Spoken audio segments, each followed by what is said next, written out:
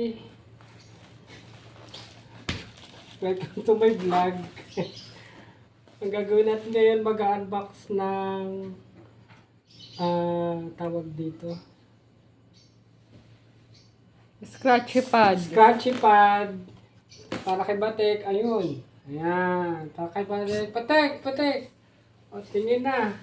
Bubuksan ko na ang scratchy pad mo. Para hindi na sa supaw nag-i-scratch.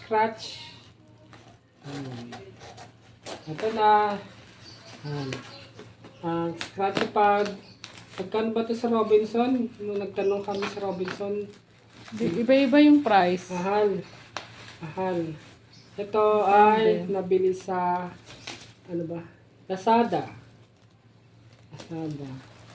Pag nag-order doon, in-order to 1 day lang, tapos kinabukasan diniliver din. Yan. Yung scratchy pad sa Robinson, pahaba. Ito parang duyan. Pero hindi siya duyan. Korteng duyan lang. Tsaka yung paliguan ng bata. Oh, parang. Para paliguan ng bata. Pero scratchy pad to. Scratchy pad. Let's see. Kasi yung mga kuko ng pusa, ini-scratch sa sopa. Ayan, no? Ayan. Katek, tingin dito. Ayan. Hindi pa ako magta-try mag-order sa Lazada. Kasi kapag yun, subukan ko nga. Ayan.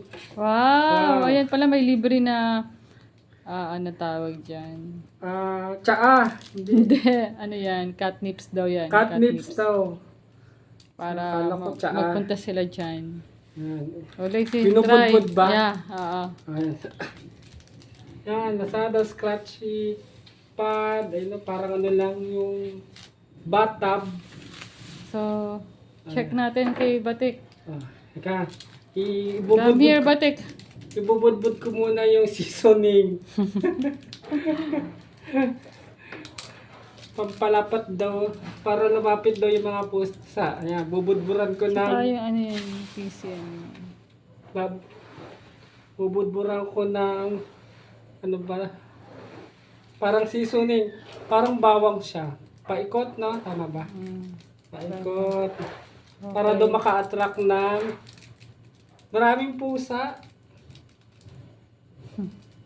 Ayan, Oh, yan na. Try mo, Batik. Yan na. Ayan. Come here na, Batik. Come here. Ayan. Scratchy pad. Scratch mo. Babe. Yeah, try na. Ayan na. Susunod naman liter box.